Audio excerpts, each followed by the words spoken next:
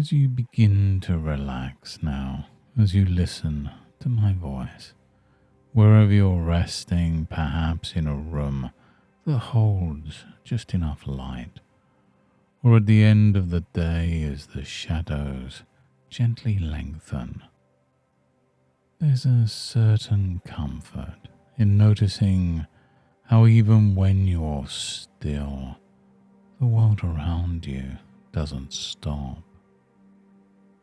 Just like a quiet pond reflecting the trees and the sky, your thoughts ripple outwards. And yet there's some part of you that can allow yourself to just settle, trusting that your mind knows how to become calm just when it's needed. And it's perfectly safe to pause and rest here, supported by the surface beneath you, allowing the mind to remind itself that this moment is just for you. And as you focus on the rhythm of your breathing, the subtle in and out, the rise and fall of your chest, you can imagine the surface of that pond yielding with each gentle exhale, allowing a warm, slow current to move just beneath the pond's surface. And although you may be aware of the sounds or perhaps some distant thoughts, you can just allow yourself to drift beneath the surface, letting yourself be carried into a space beneath all the noise. It's like sinking into the soft sand that remembers every rainfall, every ray of sunlight. A soft place that exists, whether it remains unseen or whether it's seen by anyone else. And you might notice the subtle feelings or the sensation that you can go deeper into that quietly protected world and just let everything else wait just for now. And just beneath the surface, there's a world that belongs just to you. Here, light filters down differently, sometimes diffused, sometimes sharp, and sometimes not at all. Leaves might fall above you, disturbing the pond's top layer, but you are shielded, resting calmly below the surface, free to experience a peaceful distance from the ripples above. And just imagine what it's like to be in this pond, so perfectly itself, regardless of who looks at it or what they think they see reflected. Many pass by, some glance briefly, some returning again and again with their own needs, expectations, and worries.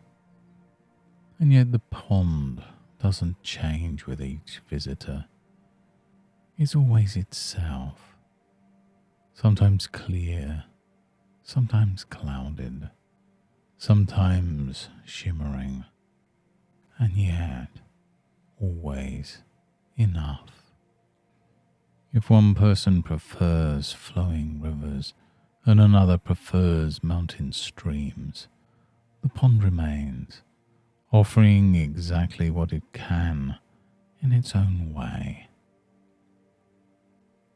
And you may recall times when the shadow of someone's opinion seemed to stretch across your water, shifting your sense of light, causing you to wonder, should I be different for them?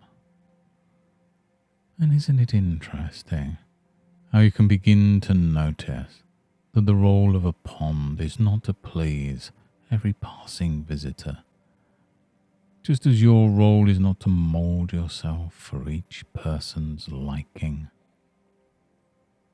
Those who linger in appreciation see the beauty available, yet those in a hurry may not notice it at all.